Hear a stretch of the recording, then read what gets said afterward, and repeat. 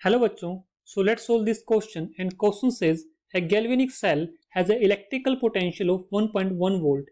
If an opposing potential of 1.1 volt is applied to this cell, then what will happen to the cell reaction and current flowing through the cell? तो देखिए, जो ये हमारा question है ये basically किसका है? इलेक्ट्रोकेमिस्ट्री का क्वेश्चन है। सो यहाँ पर हमारा की कॉन्सेप्ट क्या रहेगा? की कॉन्सेप्ट क्या रहेगा? कि कॉन्सेप्ट वही रहेगा जो हमारा इलेक्ट्रोकेमिस्ट्री में लगते हैं। तो बेसिकली जो क्वेश्चन है वो किसका है? इलेक्ट्रोकेमिस्ट्री का है। और इसमें क्या पूछ रखा है? इसमें हमको ये पूछ रखा है कि हमारा पास जो गैल्वेनिक सेल है उसका जो इलेक्ट्रिकल पोटेंशियल है वो कितना है हमारा? वो 1.1 वोल्ट है। ठीक है। सो यहाँ पर मैं बोल सकता हूँ कि जो हमारा गैल्वेनिक सेल का जो इलेक्ट्रिकल पोटेंशियल है, ठीक है, गैल्वेनिक सेल में जो हमारा क्या है इलेक्ट्रिकल पोटेंशियल है वो कितना दे रखा है? वो है हमारा 1.1 वोल्ट। और इसी गैल्वेनिक सेल पर जब अपोजिंग पोटेंशियल अप्लाई किया जाता है, इसी गैल्वेनिक सेल पर क्या किया जाता है?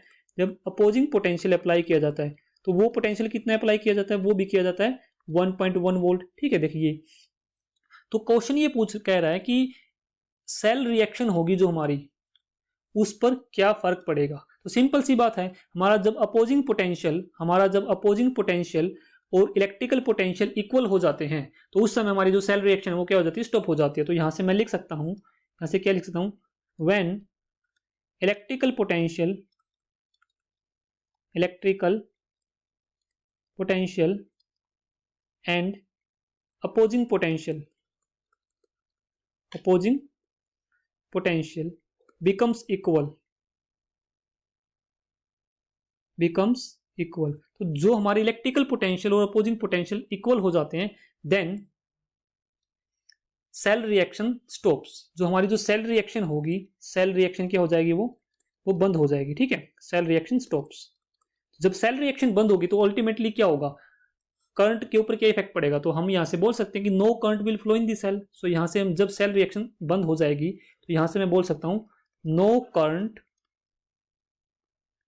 Will flow in the cell. Cell के अंदर कोई करंट फ्लो नहीं होगा।